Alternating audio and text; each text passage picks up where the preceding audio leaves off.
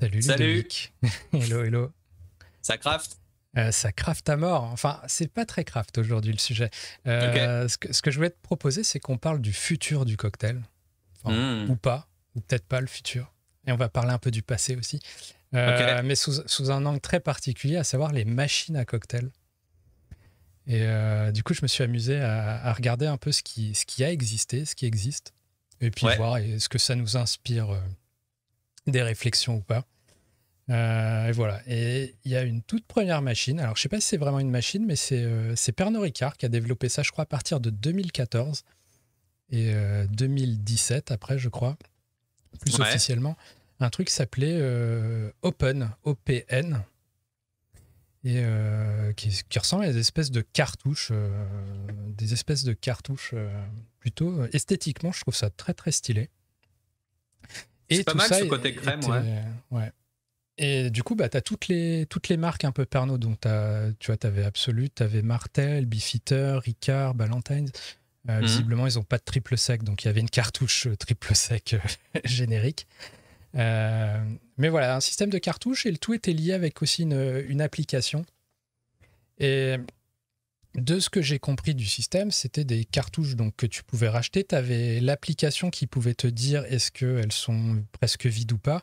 Mais c'était pas vraiment une machine comme on pourrait imaginer une Nespresso, tu mets ta cartouche et ça te fait le cocktail. C'est plus ça te dit les instructions et puis hop, tu vas mettre ton shaker et ça va te filer la bonne dose à chaque fois et te dire ok, next step, tu fais ci, tu fais ça, tu shakes. Enfin voilà.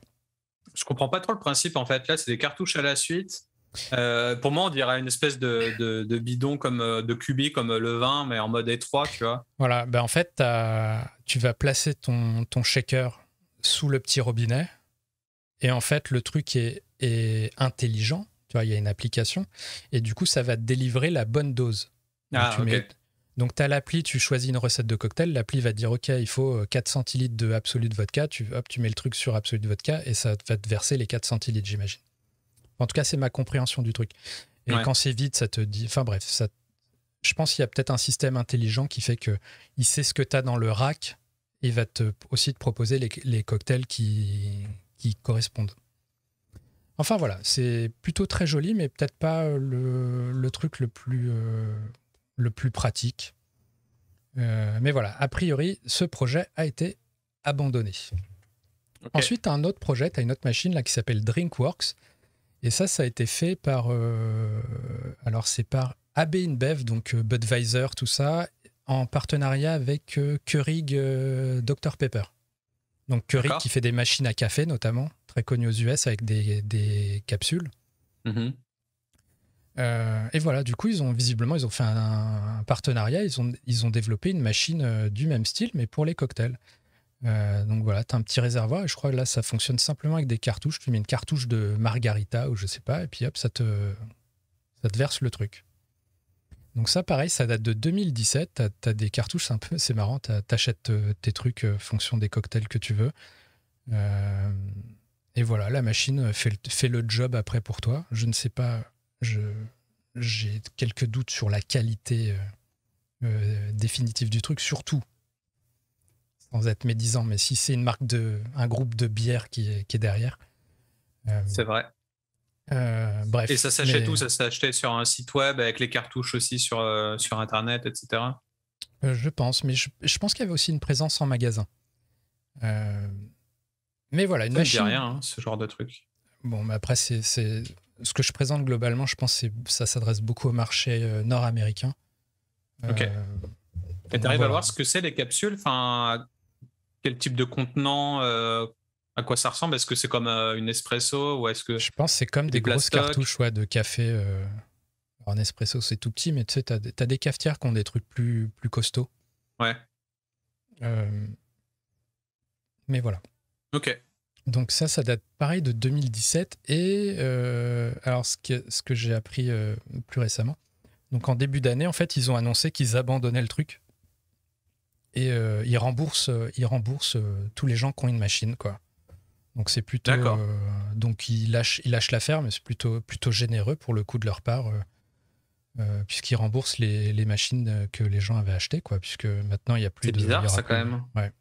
plus de Il y a eu des capsules. commentaires négatifs et ça marchait pas, ou est-ce que ça prenait juste pas de manière. J'aurais le sentiment juste que ça prend pas, quoi, qu'il n'y a pas Ouais. de. Je sais pas, pour le coup, j'ai du mal à voir le marché qu'il peut y avoir derrière. Mais on voit qu'il y a, sur une des slides, tu vois il y a visiblement, ils ont aussi des partenariats justement avec Pernod Ricard, vu qu'il y avait des capsules d'Absolute pour faire un martini ananas ou des espresso martini avec du Kahlua. Donc, on voit que Pernod Ricard, visiblement, à côté de la machine qu'on a vue juste avant, a aussi travaillé sur des trucs comme ça en partenariat. Mais voilà, donc en début d'année, en décembre, ça a été annoncé que c'était abandonné. Et voilà. Et derrière, une autre machine que j'ai trouvée, la Bartesian. Alors celle-là, j'avoue, j'ai moins d'infos, mais je trouvais que esthétiquement, elle est plutôt intéressante. Et en fait, toutes les bouteilles que tu vas retourner, tu vas les recharger toi-même avec des spiritueux de ton choix. Donc tu refilles la bouteille et hop, renverser, puis après ça te fait des cocktails. Bartesian, donc ça existe toujours. Parce qu'ils font notamment des capsules, on va voir sur notre machine. Mais voilà, une machine aussi pareil. Là, j'avoue, je ne sais pas où on est ce projet-là, mais c'est assez marrant parce que alors, j'ai pas de. Si, il y a un slide où on voit un peu le système des capsules et tout. Tu mets ta capsule, tu sélectionnes c'est quoi le cocktail, et du coup, ça va prendre l'alcool dans la bonne bouteille et peut-être aromatiser, je sais pas, avec la capsule. Enfin bon, tu dois dire quel est le cocktail sur quelle bouteille, et puis après, il va choper le truc qu'il faut. Par contre, deux choses. Alors, une chose qui est très cool, c'est le côté refill qui, moi, me fait penser au growler dans la bière, donc qui me semble écologiquement plus viable. Et on a pu le voir dans tes newsletters quand tu parlais de spiritueux en vrac. Si de plus en plus de caves à bière ou caves à spiritueux font des spiritueux en vrac, ça peut être intéressant de mettre ce genre de machine et d'utiliser ce genre de contenant.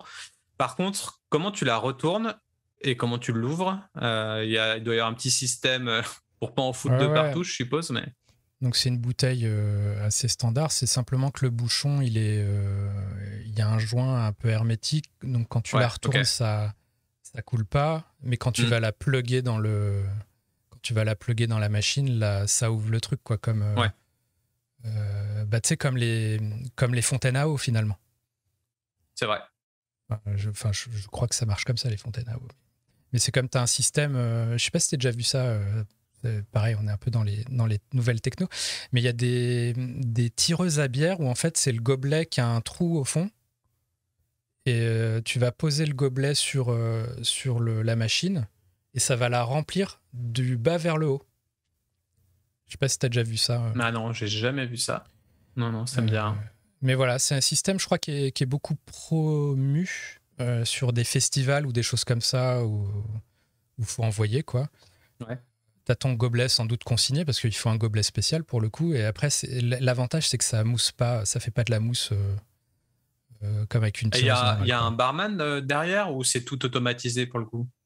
Je pense qu'il y a un barman qui te sert, mais tu dois avoir des systèmes un peu en libre service comme ça aussi. Ouais, donc parce que ça pour le coup, ça peut augmenter la productivité, je pense. Il y avait certains bars qui faisaient ça, mais juste avec les becs verseurs automatiques, dès que tu poses le verre dessous, il te verse le contenu, quoi, le liquide, parce qu'il détecte qu'il y a un verre en dessous et que tu as passé une petite carte magnétique et du coup, ça te décompte une bière. Il y avait ça à Lyon, en tout cas. Ah oui, je vois. Au fur et à mesure, une chaîne comme ça, je crois qu'il fait ça. D'accord, ok. Moi, c'était pas un autre nom de bar, mais en tout cas... Non, ou c'est une tireuse que tu as à ta table, en fait, directement. Oui, c'est ça, ouais. C'est un peu tout ce genre-là. Ça s'est démocratisé pas mal ces dernières années, le fait d'avoir cette tireuse. Déjà, le fait de pouvoir prendre une tireuse pour un week-end avec des potes, c'était déjà quelque chose de cool. Mais après, ils ont poussé le vice à mettre des tireuses sur chaque table, etc. Directement, donc, ouais. Comme la raclette. Exactement. Donc voilà, Bartesian système. Alors quand tu vois des vidéos, les gens ils ont une bouteille, puis ils la vident dans l'autre bouteille, ils transvasent, ils ont le système. Mais effectivement, si t'as un truc plus conscient, genre t'as des éco-pouch ou je sais pas quoi, et tu fais des refills, effectivement ça peut être très pertinent. Mais après, bon, C'est très bizarre quand tu vois une machine qui est vraiment typée comme une machine à café, sauf que ça fait pas du café. Mais là, ce que je préfère, c'est que tu contrôles aussi ce que tu mets dans ton produit. Parce que pour le coup, on pouvait se poser la question sur la machine d'avant, DreamWorks et tout. On te file une capsule, tu sais pas d'où viennent les trucs, ou alors on te le dit, soit c'est vrai, soit c'est faux, mais en tout cas, c'est pas toi qui as choisi ton alcool. Si tu veux un Ginto avec du Gordon, alors que tu as du Hendrix, voilà, ça fera pas la même qualité à la fin. Donc au final, ouais. Là, c'est pas mal d'avoir le choix, quoi. Carrément. Mais du coup, voilà. Donc, Bartesian. Alors, Bartesian, donc, j'avoue, je ne sais pas où en est ce projet. Mais du coup, on parlait juste avant, justement, de Drinkworks, qui a été abandonné. Et, hasard du calendrier ou pas, c'est assez amusant parce que dans le mois suivant, au mois de janvier, tu as Black & Decker, improbable, qui, justement, lance une machine à cocktail en partenariat aussi avec Bartesian, justement. Là, on voit, donc bon, c'est Black & Decker. On voit que esthétiquement, c'est pas aussi cool, hein, avec les bouteilles apparentes comme ça, où là tu mets le bec verseur par le haut. Enfin, oui, c'est pas un bec verseur, mais un truc qui va aspirer l'alcool. T'as ce système de cartouche là aussi, et voilà. Donc c'est assez chelou, tu vois. D'un côté, t'avais la première machine, c'est un brasseur qui l'a fait. Là, on a une marque d'outillage finalement qui fait une machine à cocktail. Du coup, il y a un truc un peu what the fuck. Bon, il y a toujours Bartesian là pour l'histoire des capsules. Mais après, voilà, là où je suis un peu confus, c'est que d'un côté, tu as Drinkworks qui abandonne le truc et de l'autre côté, il y a Black & Decker qui, lui, se lance dedans. Donc voilà, donc Black & Decker, ça s'appelle The Bev, cette machine, et je crois qu'elle est d'ores et déjà disponible. Elle était présentée à Las Vegas en début d'année. Ok. Là, pour le coup, ce qui est cool, c'est que tu as ta petite collection de bouteilles et tu gardes le contenant de la bouteille, parce que quand tu achètes une belle bouteille de, je sais pas, de Bowmore, de whisky ou de gin ou n'importe, qui est esthétiquement jolie, c'est cool pour mettre dans ton bar, dans ta collection, une bouteille encore remplie, qui est stylée, c'est sympa. Le mettre dans un contenant en vrac, bon, bah, il y a plus le branding derrière, donc c'est un peu plus dommage si tu veux donner un côté esthétique à ton salon ou ta cuisine. Mais bon, après, je pense que pour le coup, cette machine ne s'adresse pas aux gens qui ont des jolies bouteilles, forcément. Qui n'auront pas envie. Ouais, c'est tellement chelou. Enfin, finalement, ce serait un peu contradictoire, tu vois, de mettre une belle bouteille dans un truc Black & Decker, je sais pas. Après, Black & Decker, c'est de la qualité, hein, sûrement. Ouais, donc, au final. C'est juste qu'on les attend pas là, quoi. Ouais, c'est clair. Puis après, ouais, je sais pas. C'est bizarre. En tout cas, move bizarre, à voir si Black & Decker va réussir là où Dr Pepper et AB InBev vont échouer. Enfin voilà, donc il y a tout ça. Et là, on va sur la dernière machine que je voulais te présenter, on va un step encore plus loin. Et ça, c'est en précommande actuellement. C'est une boîte qui s'appelle Cana Technology et qui en fait prétend avoir inventé une imprimante entre guillemets à boisson. Et en fait, c'est une machine à boisson moléculaire. Donc là, le pitch, c'est qu'en fait, cette machine-là peut littéralement créer des milliers de boissons, aussi bien du café glacé que du vin, que du jus, qu'un cocktail. Enfin, tout ce que tu veux. Simplement parce que là, on n'est plus sur un système j'ai des cartouches et des bouteilles d'alcool. On est au niveau moléculaire, quoi. Tu choisis un truc et ça va reconstituer, recomposer, je sais même pas, la boisson de ton choix. Donc voilà, on en arrive aujourd'hui. Donc ça vient d'être dévoilé. C'est en précommande. Première livraison, ça sera, je crois, en début 2023. Ouais. Et si tu vas sur la toute dernière slide, tu vois que donc là c'est un système avec en fait tu vas recharger avec certains éléments un peu de base, tu vois, type du sucre, de l'alcool neutre, j'imagine. Et après tu as un système de gaz, d'eau, de machin. Et puis je sais pas, après au niveau chimique, comme un labo, ça va reconstituer des boissons. Alors je me demande ce qu'ils entendent par ingredients cartridge. Est-ce qu'il y a des petits paliers, tu mets différentes épices, différents trucs. Bonne question. Mais dans la mesure où c'est vendu comme un truc qui peut faire des milliers de boissons et qu'on parle de machine, enfin moléculaire, tu vois, moi, ma compréhension, c'est que c'est en gros, ça... Mettons, le café, c'est composé de telle et telle molécule. Bah, je sais pas, dans ta cartouche, tu as telle et telle molécule et ça va les combiner et ça va recréer le goût du truc. Ouais, c'est pas juste un mélangeur d'ingrédients, ouais. C'est plus quelque chose qui va peut-être retrouver des molécules dans les ingrédients que tu aurais mis, quoi. Ouais, ben, parce qu'après, moi, c'est le truc que j'ai un peu exploré dernièrement. T'as des mecs qui prétendent, par exemple, faire du whisky moléculaire. Où en fait, ils disent, OK, le whisky, d'un point de vue chimique, c'est telle molécule qui donne le goût du whisky. Donc, en fait, si on reprend toutes ces molécules, qu'on les fout dans de l'alcool neutre, on est capable de reconstituer le goût du whisky sans faire du whisky, sans faire vieillir le truc. Donc, j'imagine cette machine-là est sur le même principe, sauf qu'elle est capable de te faire tout. Ce qui est assez fou, je suis très très sceptique sur le résultat parce que je pense qu'on l'est tous. Je pense que quand bien même, enfin, tu peux recréer des choses en labo probablement, mais il y a des choses que j'ai du mal à croire qu'on soit capable de les reproduire. Chez soi, dans une dimension juste atome, quoi. Sans... Mais voilà, est-ce que c'est ça le futur finalement? Et un truc assez intéressant, c'est le modèle de cette machine, c'est que les cartouches en question, là, je sais pas, avec les molécules ou quoi, la boîte te les remplace gratuitement. Le modèle, c'est que tu payes pas des cartouches, tu payes les boissons que tu fais avec. Donc si tu te fais un café, peut-être que ça coûtera 30 centimes. Si tu te fais un cocktail, peut-être ça coûtera 2 $. Ah, et voilà, ok. Donc à chaque fois que tu fais une boisson ou que tu en proposes une à un invité, tu vas devoir payer ta conso, quoi, chez toi. Voilà, exactement. Donc il y a un modèle aussi, peut-être le modèle futuriste, je ne sais pas. Ah, ok. Putain, ils se mettent un peu dans le même délire que la VOD pour les films ou peut-être qu'ils vont faire des abonnements comme Netflix, mais pour ça. Ouais, pourquoi pas, et en même temps, parce que j'allais te dire, bon, bah ouais, c'est cool, au moins tout le monde a ce qu'il veut. Quand tu invites quelqu'un, tu te prends plus la tête, est-ce que tu veux un spiritueux, un coca, un kombucha ou autre, la machine te fait tout. Mais par contre, tu vas devoir payer tes coûts, quoi. Ça suffit pas d'acheter le truc. Ouais. Mais ouais, pour le coup, c'est vraiment les modèles du digital, quoi. Donc ça, c'est. Ouais. Mais au final, je sais pas, est-ce que vous, dans les commentaires, vous croyez à ces trucs-là? Est-ce que vous seriez client? Parce que moi, ça me pose tellement de questions. Parce que d'un côté, je me dis le succès de la Nespresso, des trucs comme ça, alors que finalement, faire un café, c'est pas la mer à boire, quoi.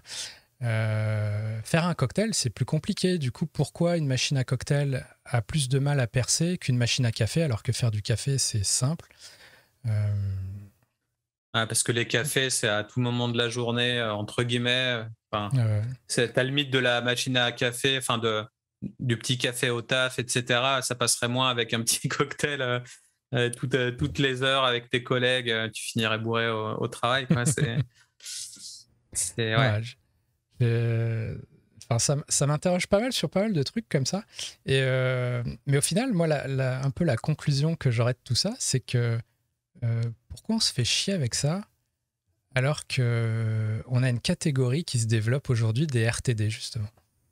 Qui finalement, pour moi, c'est quand je vois ces machines, je me dis c'est là que les RTD sont d'autant plus pertinents aujourd'hui. C'est que... Peut-être que c'est fait pour pousser les RTD aussi, ce genre de machine. On ne sait pas ce qu'il y a derrière en termes marketing ou commercial, mais pour démocratiser un liquide, quel qu'il soit, peut-être qu'il faut créer des machines pour les faire plus facilement, pour après se dire non, au final, on abandonne le projet. Mais par contre, il reste les nouvelles RTD à tester sur le marché, ce genre de choses. Moi, j'achèterais clairement cette machine à mes parents pour tester moi à chaque fois que j'y vais. Et parce que eux, ça leur ferait plaisir de se dire qu'ils font leur propre cocktail, tu vois, parce qu'il y a ce côté bon, j'ai ma petite machine, je fais mon petit cocktail, même si c'est pas moi qui le fais, c'est ma machine, et puis je vais te proposer un truc cool. Et puis ouais, si c'est satisfaisant, c'est kiffant, quoi. Juste. Mais Peut-être pas pour les gens un peu plus, je sais pas, de notre génération, qui sont plus, en tout cas pas pour les barman. Quoique, faudrait voir. C'est peut-être une hérésie pour les barman, mais je sais pas. Alors je sais qu'il y a des machines un peu similaires. Alors pas là, je parle pas du truc moléculaire, mais il y a des machines similaires, je crois, qui sont faites à l'intention des pros, justement, pour des bars qui n'ont pas assez de staff, ou qui ont un staff qui n'est pas formé au cocktail, justement, et justement pour les assister, ou pour les bars qui font beaucoup d'envois et qui une machine va accélérer le boulot, hein, forcément. Ouais. Mais en même temps, je me dis finalement, est-ce que tout ça n'est pas solutionné déjà de base avec toute cette gamme de cocktails en canette, de cocktails en bouteille déjà prêts? Pour les bars qui n'ont pas le temps, et toutes ces boîtes qui font des cocktails en bouteille et tout, il y en a de plus en plus, je pense, qui proposent également les équivalents à la pression. Donc voilà, un bar qui a une tireuse, il peut techniquement proposer un cocktail à la pression. Et finalement, pourquoi s'emmerder avec des machines, quoi? Voilà. Ouais. Je sais pas ce que... C'est sûr. Mais réponse en commentaire. Mais... Exactement. Mais voilà, c'était un petit épisode futur du cocktail, je ne sais pas. Mais j'y crois pas. Voilà. Okay. Si je dois me positionner. Et enfin bref. Une bonne opportunité, je pense, pour les RTD et tous ces trucs. Moi, j'y crois pour les soixantenaires. Entre 60 et 80, tu as envie d'inviter à la maison en étant pseudo-technologique. Je pense qu'il y a un petit marché à ce niveau-là pour les plus âgés, à mon avis. À voir. L'avenir nous le dira. On refera un épisode bilan dans 10 ans. C'est clair. Et voilà, c'est tout pour cette semaine. J'espère que ça vous a plu. À bientôt. À bientôt, abonnez-vous, ciao. Ciao, ciao.